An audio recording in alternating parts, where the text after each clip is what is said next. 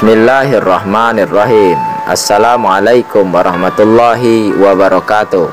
Sahabat beriman dimanapun berada, mudah-mudahan dalam keadaan sehat walafiat dan sukses menjalankan aktivitas sehari-hari, dan moga mendapat syafaat di yaumil kiamah nanti dari Rasulullah SAW. Sudah kita ketahui, Khadijah binti Khuwailid adalah istri pertama sekaligus istri yang paling Nabi Muhammad SAW hormati dibanding istri-istri yang lain. Tahukah kamu, jika bertepatan dengan ke-11 Ramadan, Khadijah radhiyallahu istri pertama Nabi Muhammad ini diketahui menutup usia di tahun ke-10 kenabian.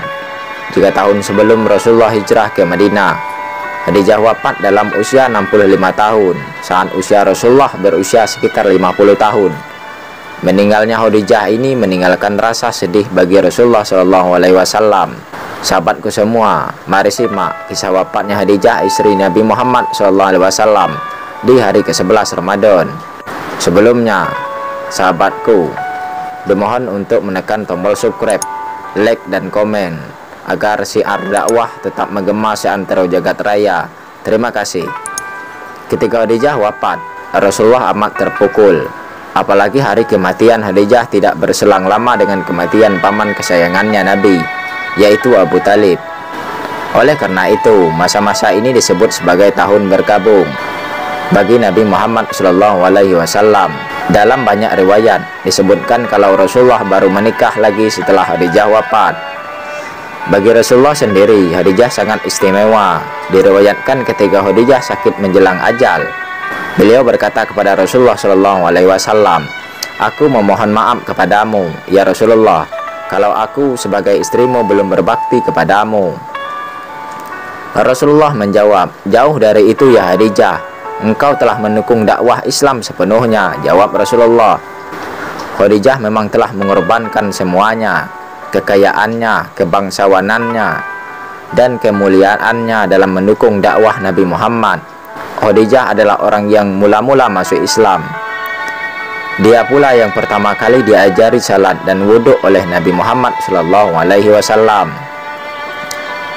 Detik-detik saat Khadijah merasa ajalnya semakin dekat, wanita mulia itu memanggil Fatimah Az-Zahra dan berbisik, 'Fatimah putriku, aku yakin ajalku segera tiba. Yang kutakutkan adalah siksa kubur. Tolong mintakan kepada ayahmu. Aku malu dan takut memintanya sendiri, agar beliau memberikan sorbannya yang biasa untuk menerima wahyu agar dijadikan kain kapanku.'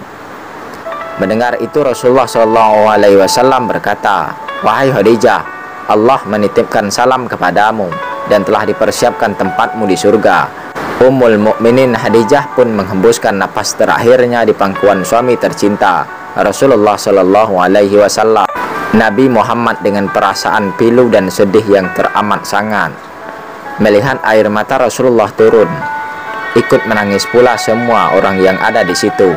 Saat itu malaikat Jibril turun dari langit dengan mengucapkan salam dan membawa 5 kain kapan. Rasulullah menjawab salam Jibril dan kemudian bertanya, 'Untuk siapa sajakah kain kapan itu, wahai Jibril?' 'Kain kapan ini untuk Khadijah, untuk engkau ya Rasul, untuk Fatimah, Ali dan Hasan,' jawab Jibril. Kemudian Jibril berhenti berkata dan menangis. Rasulullah pun lantas bertanya, 'Kenapa ya Jibril?' 'Cucumu yang satu Hasan, putra Sayyidina Ali, tidak memiliki kain kapan. Dia akan dibantai dan tergeletak tanpa kapan dan tak dimandikan,' sahut Jibril. Rasulullah SAW berkata di dekat jasad Khadijah, 'Wahai Khadijah, istriku sayang, demi Allah, aku takkan pernah mendapatkan istri sepertimu. Pengabdianmu kepada Islam dan diriku sungguh luar biasa. Allah Maha mengetahui semua amalanmu. Semua hartamu dan hibahkan untuk Islam. Kaum muslimin pun ikut menikmatinya.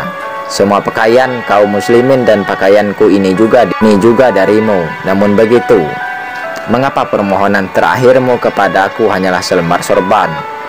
Rasulullah semakin sedih mengenang istrinya semasa hidup. Pengorbanan Khadijah sungguh tak ada duanya. Itulah yang menyebabkan Rasulullah sulit melupakan istri pertamanya itu. Bahkan dikisahkan saking cintanya Rasulullah Shallallahu Alaihi Wasallam pada Khadijah, Aisyah pernah merasa sangat cemburu. Dari penuturan Aisyah, Nabi selalu menyebut nama Khadijah setiap hari sebelum keluar rumah. Aisyah yang cemburu mengatakan, "Bukankah ia hanya seorang tua bangka? Sungguh Allah telah memberimu ganti yang baik," kata Aisyah. Saat itu diriwayatkan pula Nabi sangat marah mendengar perkataan Aisyah itu sampai rambutnya bergetar. Terima kasih sahabat berimanku semua. Wassalamualaikum warahmatullahi wabarakatuh.